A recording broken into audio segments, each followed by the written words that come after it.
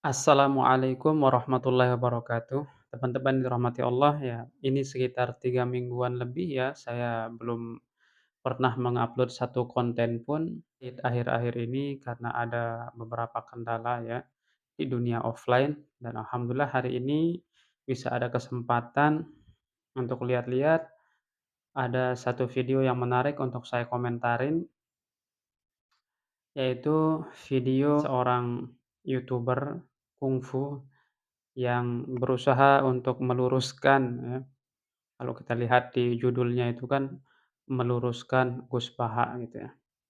Jadi bagi si YouTuber ini Gus Baha itu sedang bengkok, ya. Bengkok itu kan artinya tidak lurus, berarti ya mungkin identik dengan kata agak sedikit sesat gitu ya. Sehingga YouTuber ini merasa punya kewajiban untuk meluruskan Gus Baha gitu.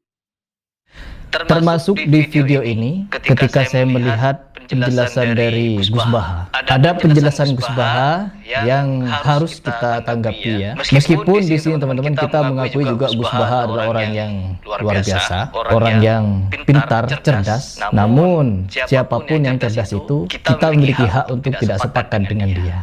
Ya, kenapa kita bisa tidak sepakat? Karena kita mengambil pendapat dari ulama yang lain. Karena ulama bukan cuma satu Gus Baha ataupun dari golongan mereka. Tapi ada ulama-ulama yang juga mengemukakan pendapatnya qala Allah dan qala Rasul.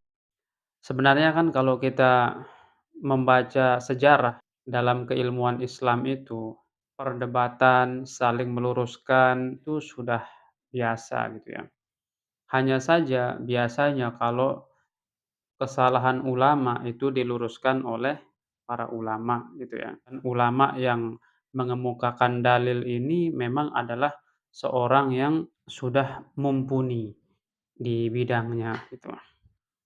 Tapi di akhir-akhir ini ya mungkin karena ini akhir zaman ya, orang-orang yang jangankan mumpuni ya, memiliki background saja, background keilmuan yang sama dengan orang yang dikritisi pun tidak, tetapi orang-orang sekarang ini merasa sangat-sangat layak untuk berbicara ya.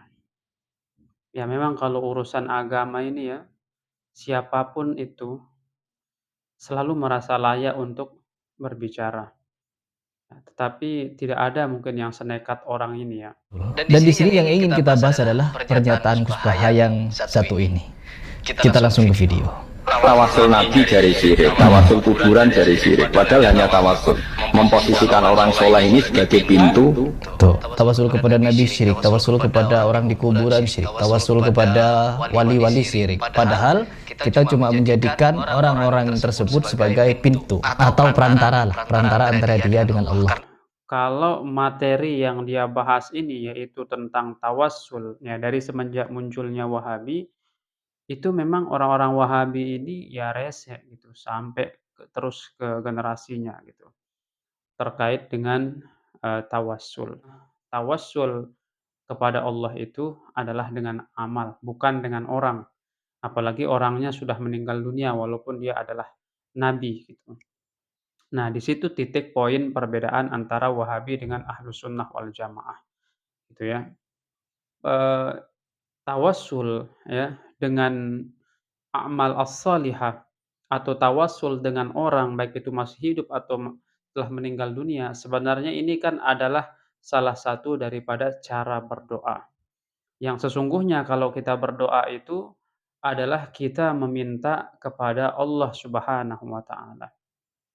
Nah, supaya permohonan kita itu cepat dikabulkan, maka selain menjauhi dosa-dosa besar, cara yang lain juga adalah dengan bertawassul. Nah, jadi tawassul ini sebenarnya adalah salah satu dari cara berdoa saja ya. Kita bisa langsung berdoa kepada Allah gitu ya, meminta apa saja kepada Allah. Nah, hanya saja dalam meminta itu ya perhatikan juga diri kita. Kalau kita masih berlumur dosa, yang pertama yang harus kita lakukan sebenarnya bukan minta ini itu dulu ya, bertobat dulu gitu. Bertobat, perbanyak istighfar, yang kita minta itu adalah dosa-dosa kita diampuni gitu loh. kemudian kita perbaiki diri sesuai dengan koridor-koridor agama, gitu kan. Nah, ada juga cara berdoa yang dibolehkan, yaitu adalah dengan cara bertawassul. Nah, teman-teman Salafi ini hanya mau bertawassul atau, apa namanya, menyetujui tawassulan itu dengan a'mal as-shalihah, dengan amal-amal soleh. Jadi menyebutkan amal soleh. Adapun bertawassul dengan orang, apalagi orang ini sudah meninggal dunia, maka dia merasa itu bukan tawassul yang benar. Nah, itu perbedaan pendapat antara Aswaja dengan, Wahabi. Tetapi terlepas dari itu, kalau dia bilang mau meluruskan Gus Baha, tidak akan sampai kalau lewat channel YouTube Anda, Pak, ya. Memang si abang-abang ini selalu meluruskan siapa saja gitu ya. Dia senang sekali meluruskan orang lain gitu. Ustadz Adi Hidayat diluruskan, Ustadz Abdul Somad diluruskan, Ustadz, Nuruddin diluruskan ya. Semua ya, ulama-ulama diluruskan sama YouTuber yang satu ini gitu. Karena mungkin dia merasa bahwa dia adalah orang yang paling lurus gitu. Dia merasa bahwa apa yang dia pegang sekarang ini adalah yang paling lurus. Hanya saja kan itu perasaannya sendiri dan dia lontarkan di depan kameranya sendiri. Ya mungkin itu tanggapan saya. Demikian wabillahi taufik wal hidayah. Wassalamualaikum warahmatullahi wabarakatuh.